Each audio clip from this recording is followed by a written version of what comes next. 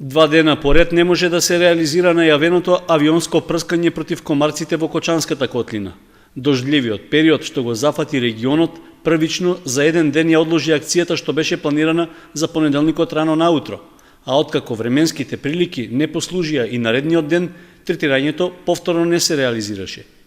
Од локалната самоуправа на Кочани велат дека 3 авиони на компанијата Бониер, со кои е планирано да се изведе прскањето, се подготвени и чекаат да се впуштат во акција секој момент доколку се подобрат климатските услови.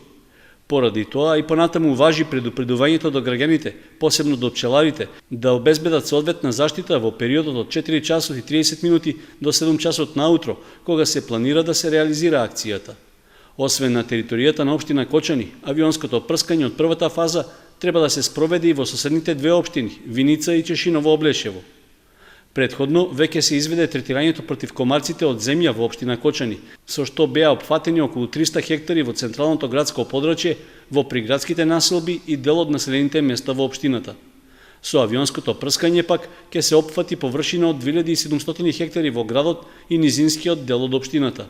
За целата кампања за борба против додевните инсекти, општина Кочани од сопствениот буџет издвои 1.100.000 денари за набавка на инсектицидот Аквакотрин, за кој постои одобрување од Бирото за лекови.